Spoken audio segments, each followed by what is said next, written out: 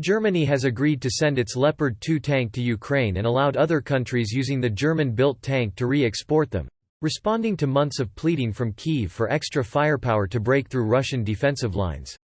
Kyiv has been pushing for the Leopard 2 tank in particular because it has several advantages over the alternatives, such as Britain's Challenger 2 and the US M1 Abrams tanks.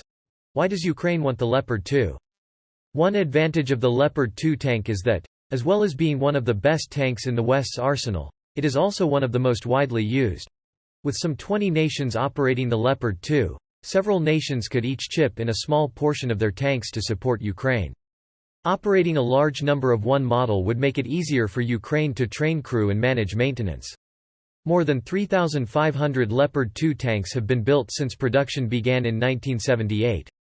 The tank, produced jointly by German firms Krauss-Maffei Wegmann and Rheinmetall, weighs more than 60 tons, has a 120 mm smooth-bore gun and can hit targets at a distance of up to 5 km (3.1 miles). Nations operating the Leopard include Canada, Denmark, Finland, the Netherlands, Norway, Austria, Poland, Spain, Sweden and Turkey. How many Leopard 2 tanks are available? Although the Leopard 2 tank is widely used, tanks and other heavy weapons are in scarce supply in most of the West because many countries drastically reduced the size of their militaries after the collapse of the Soviet Union. Germany has about 350 Leopard 2 tanks today, compared to some 4,000 battle-main tanks at the height of the Cold War, according to German military expert Karl Schulz.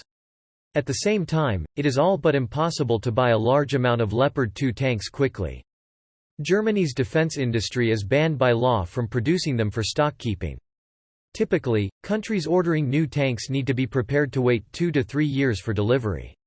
Even if production were ramped up, experts say it could take at least 2 years for the first new tanks to leave the factory. What alternative tanks are there? The United States operates thousands of M1 Abrams tanks built by General Dynamics and is poised to send dozens to Ukraine. In a reversal of its previous policy, U.S. officials say.